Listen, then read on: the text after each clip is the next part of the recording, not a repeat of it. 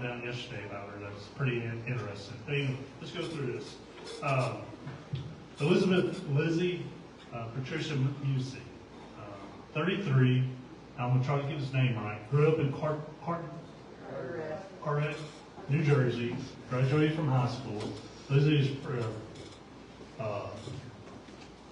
is passed on by her grandmother and her paternal grandparents. I was going to try to say the name, but I don't want to mess that up. You know, survived by her parents, Liz and Pat, sister Rose Marie, Bobo, Patricia, her loving boyfriend Jeffrey, and Uncle Ralph, Uncle Jerry, his wife Joanne, Uncle Lars, and his wife Eva, aunts, I'm going to get these names wrong, many aunts, many cousins. I'm going to go there.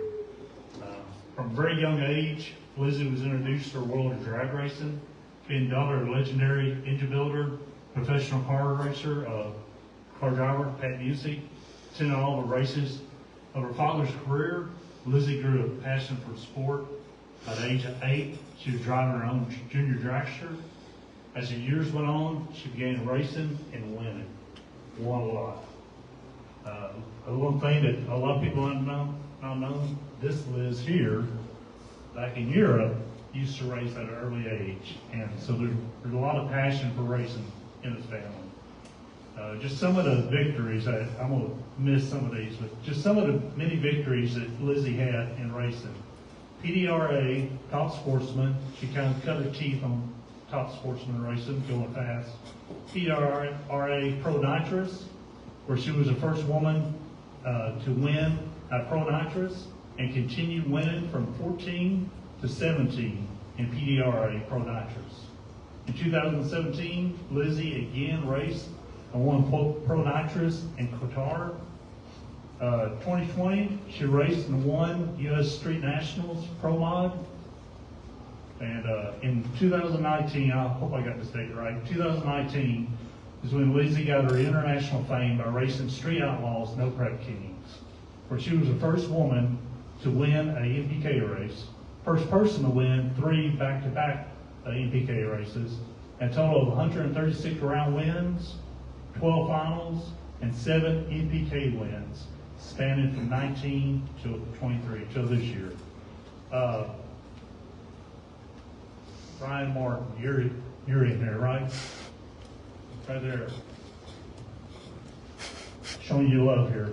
And Ryan, she had your number. She was the only one to beat you 7 times. look, this is per the stat guy, okay? Stat guy, okay? Yeah, it's not James Cooper. I love you, Ryan, okay? I love you, man. Lizzy also had an affection for animals, from dogs to cats at an early age, horses and wildlife. I went to her house yesterday. I was amazed at what's hanging on the wall. And what I was really blown away with, I've never seen it before, is a built-in dog house. Pretty much a cave in a wall that dogs go in there and have a fun time in. But she loved animals. I did not know that about her. So she was an extremely talented artist. If you get a chance, I'll tell you one there. I did not know about that.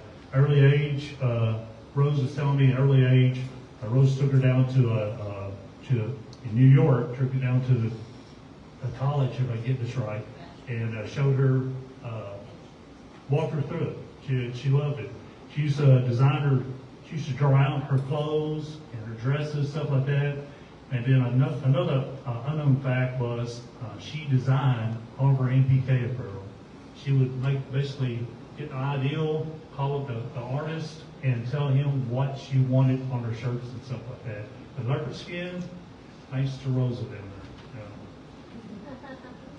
She, another unknown fact, this is kind of, I think this is where she got probably her wild side. She even liked skateboarding in her teens. She would go down to downtown New York and skateboard in New York back in the day when she was 14, 15, 16, something like that. At track in life herself, Lizzy is an inspiration to everyone. Even when she was going through the most challenging part of her life, she still gave people hope by her hugs, her smiles, and just her loving kindness. She was all in, all the time. She lived life with the moon tune. Y'all know what the moon tune is, right? You're all in all the time.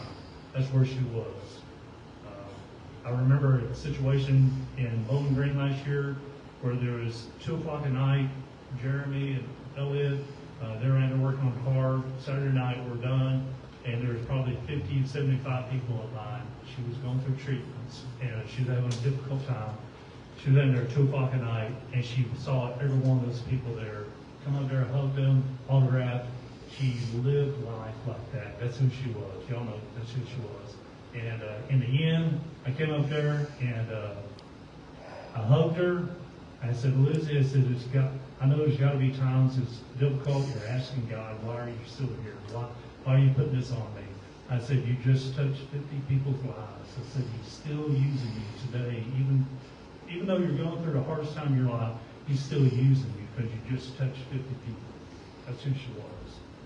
I asked some of the racers last weekend, and crew members to give me one word to describe Lizzy, what they remember about her. Unanimously. It was her smile, how contagious it was. Some said her hug, it was strong. Others said her positive attitude she always seemed to have. No matter what she was going through, she always had a positive attitude. I know there's times when she would collapse, but majority of the time she always had a positive attitude about herself. She was always giving. One of the racers even said they had a positive, hopefully I get this right, they had a positive rivalry, a friendly rivalry. And that same racer said she felt like she lost her sparring partner, that she doesn't have a partner to spar with. Hello, what's up guys? I'm glad to have you in my channel, and if at all this is your first time here, please kindly subscribe to HMTV and I'll be glad. So fans of Street Outlaws and No Prep Kings were devastated when one of the show's fan favorite racers, that is Lizzy Musi, passed away at the age of 33 years old.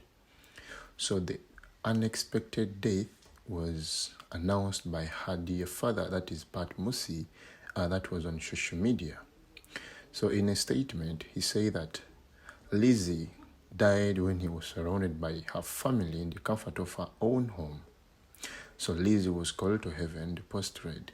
At this time, the family would like to have time to process and make arrangements in peace. So as time passed, so many fans were wondering whether the funeral will be public or it will be private, whereby some of the fans wanted to share their condolences and pay respect. But after then, the family came out and said that the funeral or the memorial service will not be public. Instead, it will be publicly broadcast via a live stream that anyone can tune into.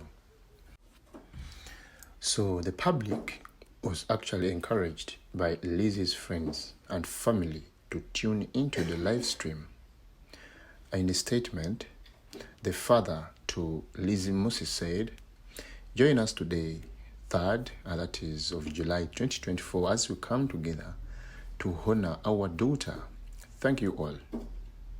So the memorial service has actually happened today, that is 3rd, at St. Teresa Catholic Church, Morrisville, NC.